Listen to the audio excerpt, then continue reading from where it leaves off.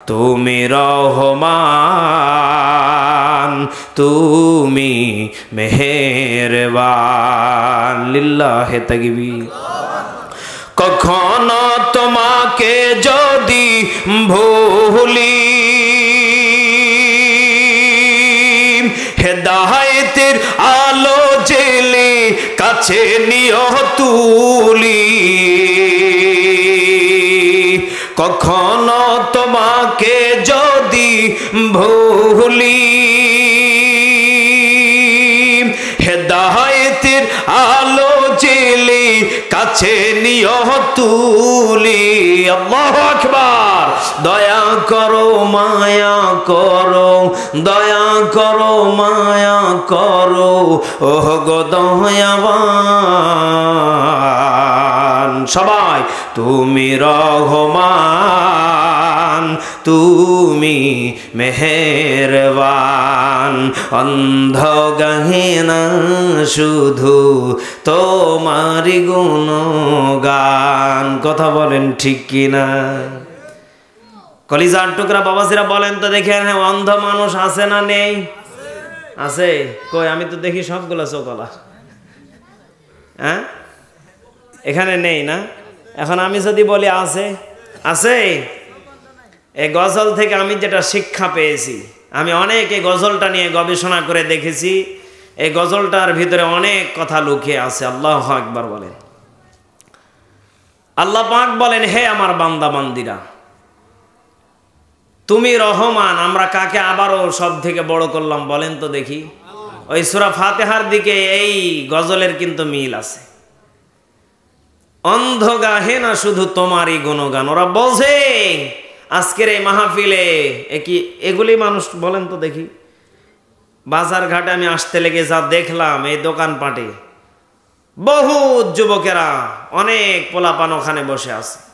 আল্লাহ পাক বলেন, ওয়ানাহশুরুহু ইয়াউমাল কিয়ামাতি আ'মা। আমি কিয়ামতের মাঠে 3 শ্রেণীর ব্যক্তিকে অন্ধ করে তুলব। কয় শ্রেণী? আর ওজরে কয় শ্রেণী? আল্লাহ পাক বলেন এই এক শ্রেণী এরা যারা কোরআনের মাহফিল দেখার পরে ওরা না দেখার ভান করে চলে গিয়েছিল। নাউজুবিল্লাহ বলে। ওরা বলবে আল্লাহ দুনিয়াতে তো আমরা ভালো ছিলাম, কত মেয়েকে যে চোখ মেরেছি এই চোখ দিয়ে, আপনি করেন কি এখন চোখ অন্ধ মানে? না, এটা মেনে নিতে পারবো না। আল্লাহ পাক বলেন হ্যাঁ সবই ঠিক ছিল, কিন্তু এখন তুমি যে কায়দায় আসো এটাই ঠিক। কেন আল্লাহ আমি কি অপরাধ করেছি? আল্লাহ পাক বলবে ওই যে মেজবা হুজুর এসেছিল, অনেক হুজুর ওখানে কোরআনের কথা বলেছিল, তুমি দেখেছিলে যে ওখানে একটা জান্নাতের বাগান সাজানো হয়েছিল, কিন্তু তুমি বাহিরে দাঁড়িয়ে থেকে বিভিন্ন জায়গাতে তুমি ঘোরাঘুরি করে সে জায়গাতে যাও নাই, তুমি দেখার পরে দূরে ছিলে। এই কারণে আমি আল্লাহ তোমাকে দেখতেছি যে হ্যাঁ তুমি জুবায়ের, তুমি আব্দুল্লাহ, আমার সামনে আসো, কিন্তু আমি আল্লাহ দেখতেছি না। নাউজুবিল্লাহ বলবেন না? এমন পরিস্থিতি যদি কিয়ামতের মাঠে দাঁড়িয়ে যায় বলেন তো দেখি, আপনার পীর বাবা মনে হয় আপনাকে পার করে দেবে। এজন্য কলিজার টুকরা বাবাজিরা, আল্লাহ রাব্বুল আলামিন এবার জানিয়ে দিচ্ছেন বান্দারে তোমাদেরকে অত্যন্ত আমি আল্লাহ সম্মানী করে পাঠিয়েছি।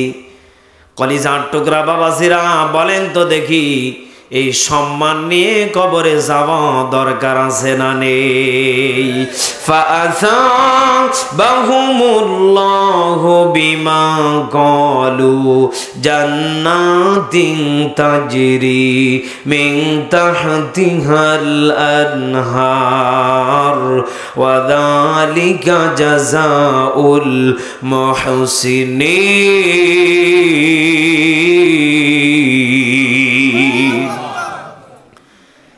সূরা মাইদা 7 নম্বর পারা 1 নম্বর পৃষ্ঠা 5 নম্বর লাইনের 85 নম্বর আয়াত আপনি এটা পেয়ে যাবেন। আল্লাহ পাক বলেন, এই পৃথিবীর ময়দানে আমি যে মানুষ নামক এই জাতিটাকে পাঠিয়েছি, ফাসাবাহুমুল্লাহ, আমি আল্লাহ এদেরকে সম্মানিত করে সম্মান দিয়ে পাঠিয়েছি। চিৎকার মেরে বলেন আল্লাহু আকবার। এই মানুষটাকে আল্লাহ সম্মানিত করে পাঠিয়েছেন, এতে কোনো সন্দেহ নেই।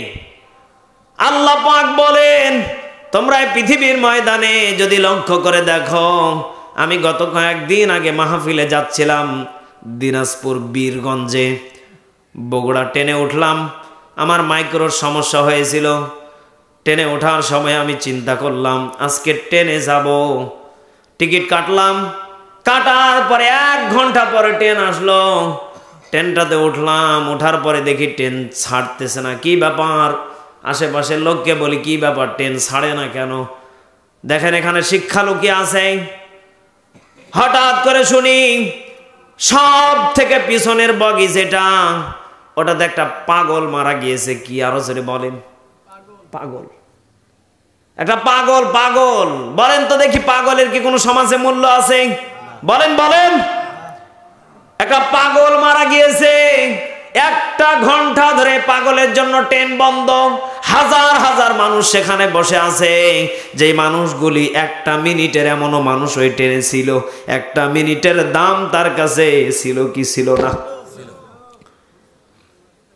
দেখেন একটা পাগলকে আল্লাহ কত সম্মানিত করেছেন। আপনি মনে করতেছেন আমাকে আল্লাহ বানিয়ে ছেড়ে দিয়েছে, করবো কি?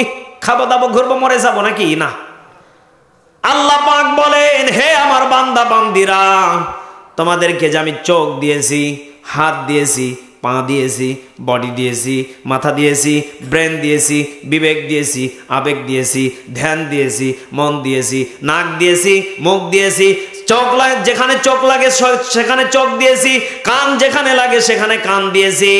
বান্দারে প্রত্যেকটা অঙ্গ ভঙ্গি যতগুলি আমি আল্লাহ তোমাকে দান করেছি, বলেন তো দেখি একটা একটা করে যদি আপনি শুকর আদায় করতে থাকেন, কিয়ামত পর্যন্ত, মরার আগ পর্যন্ত শুকর আদায় করে শেষ করতে পারবেন না। কথা বলেন ঠিক কিনা?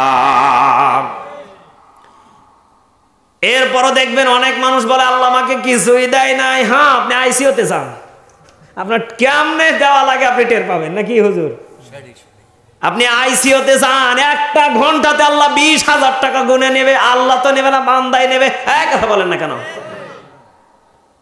সামান্য আপনি একটা এমবিবিএস ডাক্তারের কাছে যে যদি বলেন, আপনার বাপসা ছাড়ো যদি পরিচয় দিয়ে বলেন আমার এই সমস্যা একটু দেখেন তো, আগে 500 ফেল। বলেন বলেন, কথা ঠিক? 1000 ফেল। কত রকমের অঙ্গি ভঙ্গি। আপনি আমার আত্মীয়, এই জন্য 200 ছাড় দেন, 700। মিছাই নাটক। সামান্য একটা চিরকুট লিখে দেবে, আপনি বাহিরে ওষুধগুলি কিনে খাবেন, ওখানে আবার টাকা দেওয়া লাগবে। আল্লাহ পাক বলেন যদি কোনো বান্দা বলে আমাকে আল্লাহ কিচ্ছু দেয় নাই, আমি আল্লাহ ওর প্রতি দুর্বল হয়ে যায়, আমি আল্লাহ এত পরিমাণ নিজেকে নিন্দা মনে করি, করলামটা কি? যে বান্দার জন্য এত কষ্ট করলাম, যে বান্দার জন্য ফেরেশতাদের সাথে আমি আল্লাহ যুদ্ধ করেছিলাম, যেই বান্দাকে বানানোর জন্য আমি আল্লাহ এত কিছু করলাম, সেই বান্দা যখন বলে আল্লাহ আমাকে কিচ্ছু দেয় নাই, আমি আল্লাহ তখন অটোমেটিক নিজেকে নিন্দাবোধ মনে করি। চিৎকার মেরে বলেন নাউজুবিল্লাহ। এজন্য সব সময় সুখে থাকেন, দুঃখে থাকেন, সুস্থ অসুস্থ, শুকর আদায় করব কার? আরো জোরে বলেন কার? যদি কোনো বান্দা উঠতে বসতে যদি শুকর আদায় করে, আল্লাহ পাক বলেন বান্দারে শুকর আদায় করতে দেরি আমি আল্লাহ ওই বান্দার রিজিকের ভিতরে বরকত দিতে দেরি করি না, ওর শরীরটাকে অসুস্থ থেকে সুস্থ বানাতে দেরি করি না। চিৎকার মেরে বলেন সুবহানাল্লাহ। ঈমানের পথে অবিচল থেকে কোরআনের পথে অবিচল থেকে আমার মরণ যেন হয়, তোমারই কাছে মিনতি আমার, মারহাবা, তোমারই কাছে মিনতি আমার, হে রহিম দয়াময়।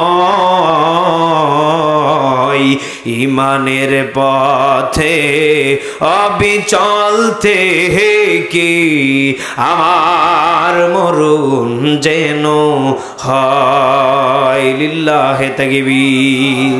সবাই মিলে বলি আমিন। তাহলে ঈমানের পথে মরতে হলে আমাদেরকে বাস্তব জীবনে কিছু আমল ছোটখাটো করে যাওয়া দরকার আছে না নেই? মনে হয় আপনাদের কষ্ট হচ্ছে। চলবে কিছুক্ষণ, চলবে কয়েকটা মিনিট চলবে। লিল্লাহে তাকবীর, লিল্লাহে তাকবীর। একটু জিকির করি সুবহানাল্লাহ আলহামদুলিল্লাহ লা ইলাহা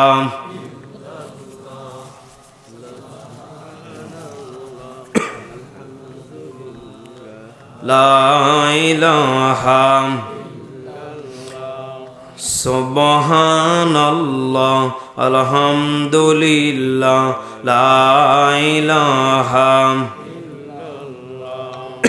সুবহানাল্লাহ আলহামদুলিল্লাহ লা ইলাহা সুবহানাল্লাহ আলহামদুলিল্লাহ লা ইলাহা জোরে লা ইলাহা লা ইলাহা ইল্লাল্লাহু মুহাম্মাদুর রাসূলুল্লাহ। সকলে পড়ি সাল্লাল্লাহু আলাইহি ওয়াসাল্লাম। কলিজার টুকরা বাবাসিরা, তাহলে আজকে সূরা ইখলাস থেকে আমরা কিছু আমল নিয়ে বাড়িতে যাব ইনশাআল্লাহ। সকলে জবান খুলে পড়েন বিসমিল্লাহির রহমানির রহিম। কুল হুয়াল্লাহু আহাদ। আল্লাহ পাক বলেন, হে আমার বান্দা বান্দিরা, বলেন তো দেখি আল্লাহ পাক কয়জন? আরো জোরে বলেন, বলুন আল্লাহ এক এবং অদ্বিতীয়। বলেন তো দেখি আল্লাহর কি কোনো ছেলে মেয়ে আছে? বউ বাচ্চা কাচ্চা আছে? আল্লাহর কোনো ফ্যামিলি আছে? আল্লাহ পাক বলেন আমি আল্লাহ একজন, এতে কোনো সন্দেহ? বলেন বলেন নেই। আল্লাহ পাক বলেন, হে আমার বান্দা বান্দিরা, তোমরা যদি আমাকে এক বলে যদি মেনে নাও, এক বলে যদি স্বীকৃতি দিয়ে দাও, আমি আল্লাহ রাব্বুল আলামিন তোমাদেরকে আমি আল্লাহ খাস বান্দা হিসেবে কবুল করে নেব। চিৎকার মেরে বলেন সুবহানাল্লাহ। আমার দেশে এমনও মানুষ আছে ওরা ৯৯টা আল্লাহকে মানে, কথা বলে না কারণ মাঝে মাঝে ৫-১০টাও হয়ে যায়। আল্লাহ পাক বলেন আমি আল্লাহ তোমাকে বানিয়েছি, ভুলে যেও না। বলেন তো দেখি ফেরাউনকে বানিয়েছিল কে? নমরুদকে বানিয়েছিল কে? এখন ফেরাউন মাঝে মাঝে বলতো আল্লাহ আমি জানি আপনি বানিয়েছেন, কিন্তু ওদের কাছে আমি ছোট হব না। নাউজুবিল্লাহ বলেন। আপনি যে রব এটা আমি জানি, কিন্তু আমি মানব না। হ্যাঁ আপনার কাছে মানি, কিন্তু এলাকার মানুষের কাছে আমি মানি না। কারণ ওরা আমাকে খোদার মতো ওরা সম্মান করে। বলেন তো দেখি আপনাদের রাজবাড়িতে আমি এসেছি, গতকালকে পাবনাতে ছিলাম, এর আগের দিন ফরিদপুরে ছিলাম। বলেন তো দেখি এখন আমি মনে মনে যদি চিন্তা করি, আমার সামনে হাজার হাজার মানুষ বসে থাকে, আমাকে বড় হুজুর বলে মানে, আমি এখন থেকে নিচু দিকে তাকাবো না, নিজেকে অহংকার করে চলবো। বলেন তো দেখি ১ সেকেন্ডে ধ্বংস করে দিবেন কে? কলিজার টুকরা বাবাজিরা, আপনাকে এটাই আমি শিক্ষা দিতে চাই। কলিজার টুকরা মা বোনেরা, আজকে মা বোন আছে? কলিজার টুকরা মা বোনেরা, আপনাদেরকে এটাই শিক্ষা আমি দিয়ে আজকে বিদায় নিয়ে চলে যাব। আমরা যে রবকে এক বলে স্বীকৃতি দিলাম, ওই রব অতীতেও ছিল, বর্তমানেও আছে, ভবিষ্যতেও থাকবে, এতে কোনো সন্দেহ? বলেন তো দেখি হিংসা করার কারণে, নিজেকে অহংকারী মনে করার কারণে যেই ফেরাউনকে আল্লাহ নীল নদে চুবিয়ে চুবিয়ে মেরেছে, বলেন তো দেখি আমার দেশে এমনও মুসলমান আছে কিছু টাকা পয়সা হলে ওর মাটিতে পা ঠেকে না, এমন মুসলমান আছে না নেই? এজন্য তো কবি বলেন যে সকালবেলার ধনীরে তুই ফকির সন্ধ্যাবেলা। আমার লাইফে আমি যা দেখেছি, কুষ্টিয়াতে যখন আমি পড়াশোনা করতাম, আমাদের যে মাদ্রাসার দারোয়ান ছিলেন যিনি, উনি আমাকে একদিন গল্প শোনাচ্ছে, দাদু ভাই আজকে আমার কেউ নেই, ছেলে নেই, মেয়ে নেই, থেকেও তারা আজকে আমাকে বাবা বলে মানতে চায় না। কেন দাদা, কি হয়েছে বলেন? বলে কুষ্টিয়া শহরে মেন পোপারে এই মোহিনী মিনের সাথে আমার প্রায় 10 বিঘা জমি ছিল। কয় বিঘা? আরো জোরে বলেন। 10টা বিঘা আমার জমি ছিল, যেই জমির দাম এখন কোটি কোটি টাকা। আমি প্রাইভেট কার ছাড়া ঘুরতাম না, প্রাইভেট কারে করে আমি 24টা ঘন্টা ঘোরাফেরা করতাম। আজকে আমাকে মানুষ সম্মান দেয় না। এমন একটা সময় ছিল আমাকে এলাকার মানুষ, এই শহরের মানুষগুলি আমাকে খুব সম্মান করত, এত মহব্বত করত। এর পিছনে 1 নাম্বার কারণ হলো আমি যখন বড় নিজেকে মনে করে ফেললাম। বাস্তব কথা, যখন আমি নিজেকে বড় মনে করলাম, আমার ছেলের বিয়ে দিয়েছিলাম, ওদের প্রতি জুলুম শুরু করে দিলাম। ছেলের একটা মেয়ে ছিল, তাদেরকে আমি ছাড়ালাম, ভালো ঘরে বিয়ে দিলাম। এরকম ভাবে যখন আমি মানুষের প্রতি জুলুম শুরু করে দিলাম, অটোমেটিক আল্লাহ আমার কাছ থেকে সব কাটতে কাটতে আমি শেষ পর্যায়ে নেশার দিকে চলে গেলাম। নেশা খেতে খেতে আমাকে জেলে বন্দি করে দিল। জেল থেকে এসে দেখি আমার ছেলে যা ছিল সব বেঁচে খেয়ে ফেলেছে। এখন আমার রাস্তাঘাট ছাড়া কোনো পথ নেই।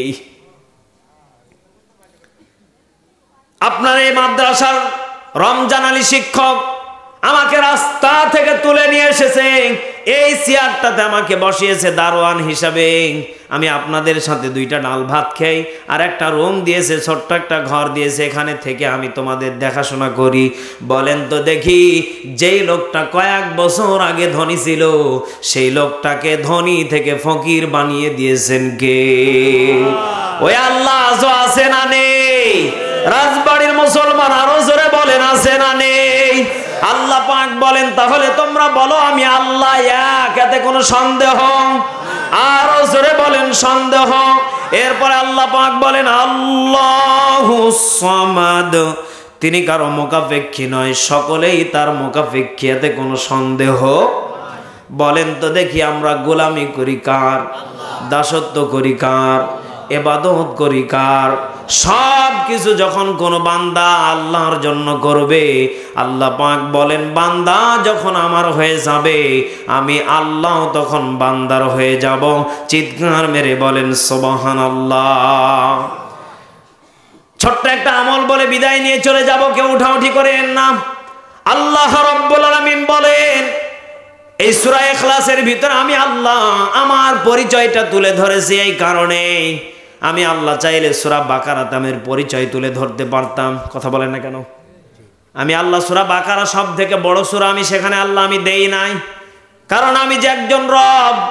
বলেন তো দেখি, আল্লাহ নিজে কেউ এমন কন্ট্রোল করে রাখে? আল্লাহ পাক বলেন আমি চাই না আমার কোনো বান্দা আমাকে নিয়ে গবেষণা করতে গিয়ে ও যেন হতাশ না হয়ে যায়। এই কারণে আমি শর্টকাটে আমার পরিচয় তুলে ধরেছি। বান্দার যদি জ্ঞান থাকে, বিবেক থাকে, অল্প কথাতেই বান্দা আমার পরিচয় যেন পেয়ে যায়। যার কারণে ছোট্ট সূরার ভিতরে আমি আমার পরিচয় তুলে ধরেছি। চিৎকার মেরে বলেন আল্লাহু আকবার। একটু ভেবে দেখেন আল্লাহ কত বড় ভালোবাসেন আপনাকে আমাকে। আল্লাহ পাক বলেন এই পৃথিবীর ময়দানে যতক্ষণ পর্যন্ত বান্দারা ইবাদত বন্দেগীতে মশগুল না থাকবে, ততক্ষণ আল্লাহ বলেন আমাকে কোনো বান্দা পাবে? বলেন বলেন, পাবে না।